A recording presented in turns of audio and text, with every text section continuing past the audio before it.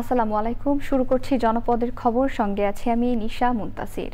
এখনকার এই সংবাদ আয়োজন একই সঙ্গে চ্যানেল আই এর ইউটিউব চ্যানেল এবং চ্যানেল আই এর ওটিটি প্ল্যাটফর্ম হাই স্ক্রিনে লাইভ স্ট্রিম হচ্ছে। আজ সাভারে ধসে পড়া রানা প্লাজা ট্র্যাজেডির 12 বছর। সকালে রানা প্লাজার সামনে বিক্ষোভ মিছিল ও মানববন্ধন কর্মসূচি পালন করেন বিভিন্ন শ্রমিক সংগঠন। সে সময় রানা প্লাজার মালিক সোহেল রানার ফাঁসি দাবি করেন শ্রমিকরা। জাকির হাসানের পাঠানো তথ্য ও ভিডিও চিত্রে রাজীব আহমেদের রিপোর্ট। তৈরি পোশাক কারখানার শ্রমিকদের পদচারণায় মুখর হয়ে থাকত স্থানটি। সেই জায়গা এখন পরিত্যক্ত। বৃহস্পতিবার সকাল থেকে উপস্থিত হন বিভিন্ন শ্রমিক সংগঠনের নেতাকর্মী সহ নানা পেশাজীবী মানুষ। 2013 সালের এই দিনে ঢাকার সাভারের বাস স্ট্যান্ডের পাশে রানা প্লাজা ধসে নিহত হয়েছিলেন 1138 জন, আহত হন অনেকে। দুর্ঘটনায় নিহত শ্রমিকদের প্রতি শ্রদ্ধা জানাতে এবং আহত শ্রমিকদের সুচিকিৎসা, ক্ষতিপূরণ সহ নানা দাবিতে সকাল 7:30টার পর থেকে ধসে পড়া রানা প্লাজার পরিত্যক্ত স্থানটির সামনে জড়ো হন নিহত শ্রমিকদের স্বজন, আহত শ্রমিক ও বিভিন্ন শ্রমিক সংগঠনের নেতাকর্মীরা। নিহতদের স্মরণে ওই জায়গায় অস্থায়ী প্রতিবাদ প্রতিরোধ শহীদ বেদিতে ফুল দিয়ে শ্রদ্ধা জানান তারা। শ্রমিকরা বলেন, সরকারের ক্ষতিপূরণ দেওয়ার কথা থাকলেও এখনও সেটি দেওয়া হয়নি। যে কোনো অপ্রীতিকর ঘটনা এড়াতে অতিরিক্ত পুলিশ মোতায়েন রয়েছে ওই এলাকায়। Rajib Ahmed, Channel I. নৌপরিবহন উপদেষ্টা অবসরপ্রাপ্ত brigadier general M Shakhawat Hossain বলেছেন, নদী দখলমুক্ত না করা পর্যন্ত কক্সবাজার নৌবন্দরের কাজ শুরু করা যাচ্ছে না। বন্দরের জায়গা শনাক্ত করা হয়েছে। সকালে বাকখালী নদীর পাশে কক্সবাজার নৌবন্দরের স্থান পরিদর্শন শেষে তিনি বলেন, আদালতের নিষেধাজ্ঞা থাকলে সেগুলো স্থানীয় প্রশাসন দেখবে, বাকি সব দখলদারদের উচ্ছেদ করা হবে। পরিদর্শন শেষে কক্সবাজার শহরের 6 নম্বর ঘাট থেকে কক্সবাজার মহেশখালী নৌ রুটে সি ট্রাক চলাচল উদ্বোধন করেন তিনি। পরিদর্শনের সময় নৌপরিবহন উপদেষ্টার সঙ্গে ছিলেন বন, পরিবেশ ও জলবায়ু উপদেষ্টা সৈয়দা রিজওয়ানা হাসান।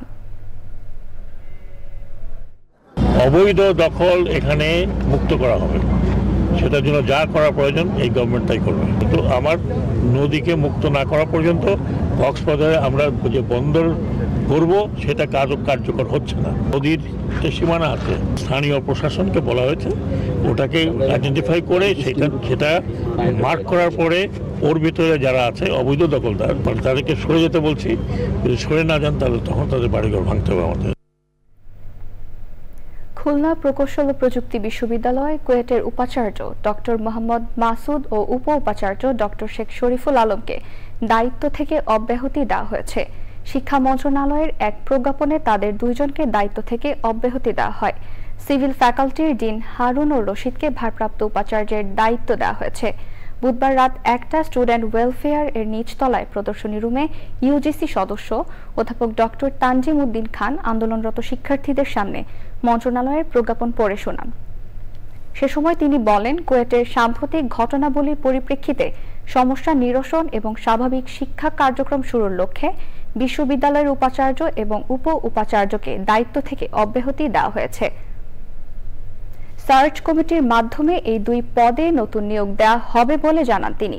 বিশ্ববিদ্যালয় মঞ্জুরি কমিশনের প্রতিনিধি দলের সদস্যরা অনশনরত শিক্ষার্থীদের অনশন ভাঙান। উপাচার্য ও উপ উপাচার্যের অব্যাহতির পর আন্দোলনরত শিক্ষার্থীরা ক্যাম্পাসে আনন্দ মিছিল বের করেন। সাভারে ময়লার ভাগাড় থেকে কুড়িয়ে পাওয়া জন্মগতভাবে ফোটো হৃৎপিণ্ডের অসুস্থ শিশুটিকে বাঁচাতে এগিয়ে এসেছে এনাম মেডিকেল কলেজ হাসপাতাল। ওই শিশুর চিকিৎসার দায়িত্ব নেওয়ার কথা জানিয়েছেন বিএনপির ভারপ্রাপ্ত চেয়ারম্যান তারেক রহমান। সাভার থেকে জাকির হাসানের পাঠানো তথ্য ভিডিও চিত্রে রিপোর্ট করছেন জাকিয়া আক্তার। সাভারে বংশী নদীর পাড়ে ময়লার ভাগাড়ে পলিথিনে মোড়ানো এক নবজাতককে কুড়িয়ে পান স্থানীয় এক বৃদ্ধা। শিশুটিকে উদ্ধার করে বিভিন্ন হাসপাতালে চিকিৎসা করান তিনি। এক পর্যায়ে চিকিৎসকরা জানান শিশুটির হৃৎপিণ্ডে ছিদ্র নিয়ে জন্ম নিয়েছে।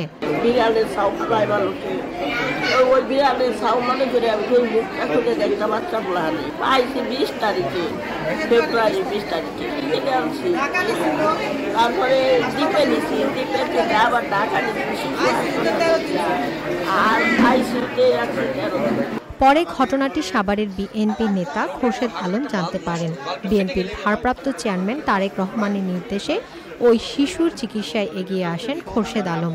জানা গেছে শিশুটিকে সুস্থ করতে প্রায় অর্ধ কোটি টাকার প্রয়োজন। ভারপ্রাপ্ত চেয়ারম্যান দেশনায়ক তারেক রহমানের সাথে কথা বলেছেন, কথা বলে আমাদেরকে নির্দেশনা দিয়েছেন যেন আমরা দলের পক্ষ হতে এই শিশুটির পাশে দাঁড়াই। আর সাভারের মানুষের কাছে অনুরোধ, যারা মানবিক কাজে উৎসাহী এই শিশু বাচ্চাটির পাশে দাঁড়ান। আমরা প্রমাণ করে দেই সাভারের মানুষ মানবিক কাজে সবার সেরা। শিশুটির বয়স এখন 2 মাস। ওই শিশুর সব ধরনের চিকিৎসা সেবা দিচ্ছে এনাম মেডিকেল কলেজ ও হাসপাতাল। এই বাচ্চাটির একটা আসলে ছোট বাচ্চা, এই হার্টের অপারেশন বাংলাদেশে সব জায়গায় অ্যাভেলেবেল হয় না। জাতীয় রেডিওলজি ইনস্টিটিউটে ওনারা একটা বিদেশি টিমের মাধ্যমে করেন এবং ন্যাশনাল হার্ট ফাউন্ডেশনে ওনারা চিকিৎসার ব্যবস্থা করেন। তো ওখানে আসলে অনেক বাচ্চা তো অনেক বড় সিরিয়াল থাকে, সেই কারণে এটা সবসময় পাওয়া যায় না। তো আমরা ওনাদেরকে অনুরোধ করেছি যত দ্রুত একটু ব্যবস্থা করার জন্য। আমরা ওখানে যোগাযোগ করেছি এবং বাচ্চাটার অপারেশন হওয়া পর্যন্ত, সুস্থ হয়ে বাচ্চাদের যেন বাড়িতে ফিরে যেতে পারে সে পর্যন্ত আমরা ইনশাল্লাহ সকলে সমন্বিতভাবে ওই বাচ্চাটার পাশে থাকব। সঠিক চিকিৎসায় শিশুটি সুস্থ হবে বলে জানিয়েছেন চিকিৎসকরা। Zakia Akter, channel I, Dhaka. পাবনার চকছাতিয়ানি এলাকার 6 বছরের শিশু সোয়াইব হোসেনকে অপহরণের পর 6 মাস ধরে নির্মম নির্যাতনের মাধ্যমে পঙ্গু বানিয়ে ভিক্ষাবৃত্তি করানো হতো। খুলনার রূপসা ফেরিঘাটে ভিক্ষা করার সময় হতভাগ্য শিশুকে উদ্ধার করেছে পুলিশ। এ সময় অপহরণকারী রফিকুল ইসলাম বিপ্লবকেও আটক করা হয়। পাবনা থেকে আক্তারুজ্জামান আক্তারের রিপোর্ট। আঙুলের নখ উফরানো, সারা গায়ে জ্বলন্ত সিগারেটের ছ্যাঁকার ঘা, রয়েছে অসংখ্য কামড়ের দাগ। ঠিকমতো খেতে না দেয় কঙ্কালসার শরীরের সবগুলো হাড় দেখা যাচ্ছে। অপহরণের পর দীর্ঘ 6 মাস ধরে এভাবে নির্মম নির্যাতনের শিকার হয় অবুঝ শিশুটি। উদ্ধারের পর আশঙ্কাজনক অবস্থায় শিশুটিকে ভর্তি করা হয় পাবনা জেনারেল হাসপাতালে।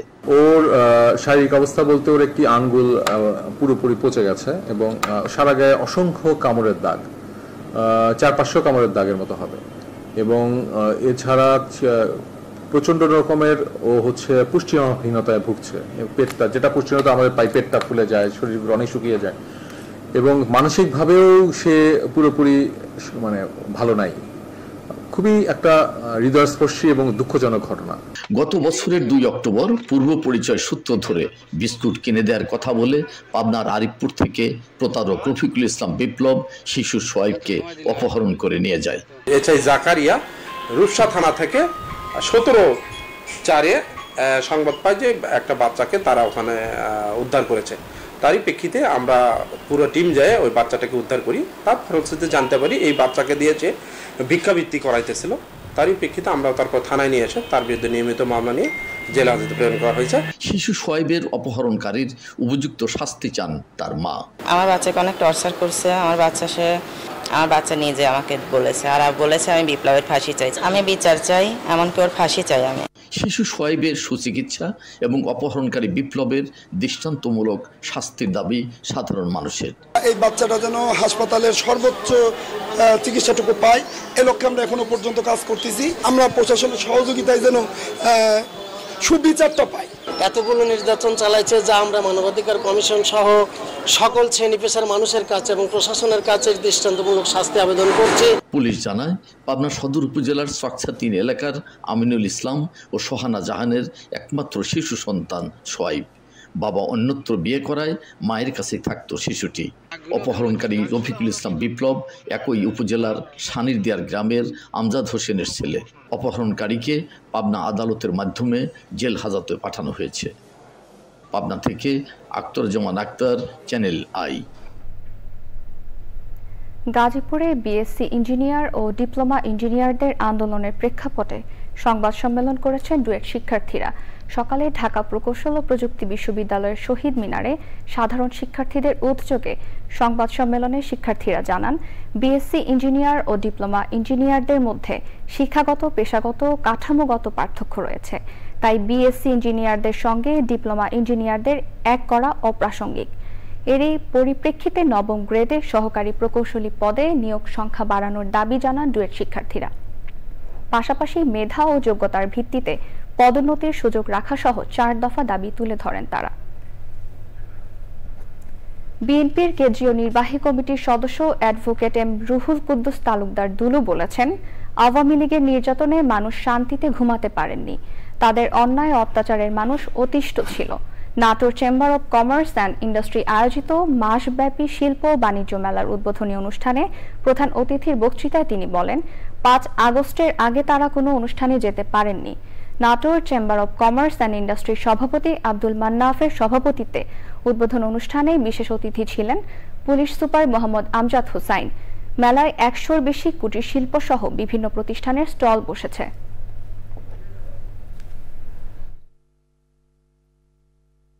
আওয়ামী লীগ বাংলাদেশের মানুষকে শান্তিতে ঘুমাতে দিতে পারে নাই, ব্যর্থ হয়ে গেছে।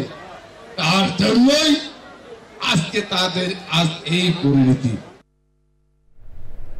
এবারে সারা দেশের খবর নিয়ে প্রতিনিধিদের পাঠানো তথ্য ও ভিডিও চিত্রে আল মুকসিদের রিপোর্ট। দৈনিক আমার বাংলা পত্রিকার সম্পাদক ও প্রকাশক ডক্টর মাহমুদুর রহমান সহ পত্রিকাটির 4 জন সাংবাদিকের বিরুদ্ধে মেঘনা গ্রুপের চেয়ারম্যান মোস্তফা কামালের দায়ের করা মামলা প্রত্যাহারের দাবিতে বরিশালে মানববন্ধন ও বিক্ষোভ করেছে গণমাধ্যম কর্মী, রাজনৈতিক ও সামাজিক সংগঠনের নেতারা। বাগেরহাটের ফকিরহাটে ভূমিদস্যু আব্দুল কুদ্দুস ওরফে বড় মিয়ার দখল থেকে নিজস্ব জমি ফিরে পেতে এবং তার বিচারের দাবিতে মানববন্ধন করেছে এলাকাবাসী। বাগেরহাটের মোড়লগঞ্জে আব্দুল গফফারের ষড়যন্ত্রের প্রতিবাদে বিক্ষোভ ও মানববন্ধন করেছে মহিলা কৃষি প্রশিক্ষণ ইনস্টিটিউটের 3টি ট্রেডের প্রশিক্ষণার্থী ও স্থানীয়রা। মানিকগঞ্জ সদর উপজেলার গড়পাড়ায় ফ্যাসিস্ট আওয়ামী লীগের দোসরদের দেওয়া আগুনে পুড়ে যাওয়া চিত্রশিল্পী মানবেন্দ্র ঘোষের বাড়ি পরিদর্শন করেছে বিএনপির যুগ্ম মহাসচিব রুহুল কবির রিজভী। আল মুকসিদ, চ্যানেল আই। দর্শক, জনপদের খবর আজকের মতো এই পর্যন্তই। একটু পর কৃষি সংবাদ দেখার আমন্ত্রণ জানিয়ে শেষ করছি। ধন্যবাদ সবাইকে।